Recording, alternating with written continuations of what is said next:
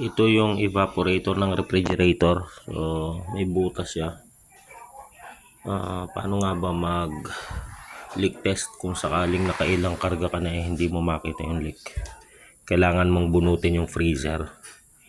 So, kung mapapansin nyo, ang freezer may dalawa lang siyang tubo. So, ang isa papuntang suction yan. At ang isa buhat sa capillary. So, ito yung capillary niya. So, ang capillary nakakonekta dito sa nakakonekta sa gauge. Diyan tayo nagkarga ng freon. And then, pumasok yung freon dito.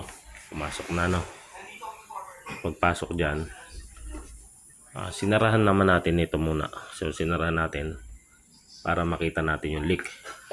So, ngayon, ito, napastahan na ito. Galing to sa ating kaibigan. So, ayaw na niya ipagawa. So, para sa tutorial, kinuhanan ko siya ng video. So, ngayon, napastahan na yung mga ibang dapat pastahan. Pero ito, may leak pa. So, ang leak na natitira niya is, gumamit ako ng tubig kasi hindi ko siya makita talaga. Pero ngayon, dahil binaba ko siya, madali ko na na-identify. So, iyon pala yung butas niya. Ayan, o. Mapapansin nyo. Ayan, o. Ayan, o. Nakatago yung ayan, o. Tinutulak. Ayan, o. Yun. Diyan yung leak. So, kaya pala hindi mapatino ito nung gumawa. Kasi nga may leak. Basta may leak, hindi lalamig, no? So, ngayon, i-fix natin yan. And then, may nakita ako isa pang leak doon sa kanyang pasta. Doon sa ilalim. Medyo dadagdagan lang natin yan. Ayun na, yung bumubula na yan. Ayan. Ganyan. So, dalawa yung leak. So, pasisingawin ko ito and then papastahan. Pag napastahan, subukan ko uling mag-leak test, no? So, ganun lang kadali guys kung paano malaman kung may leak ang evaporator. So, ano mga ginamit ko? So, gumamit ako ng gauge. Ito, tangke to ng freon hose. So, ang connection ng freezer, dalawa lang.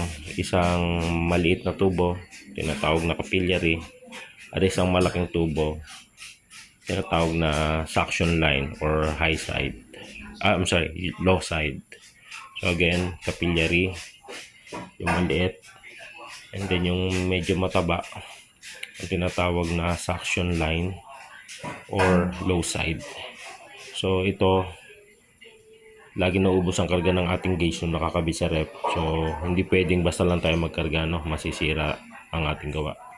So, ngayon, binunot ko yung freezer. Sinaraduhan ko itong dulo, suction line, or itong low side. And then, nag-flare tayo dito sa dulo ng capillary. Tapos, kinabit natin dito sa pula.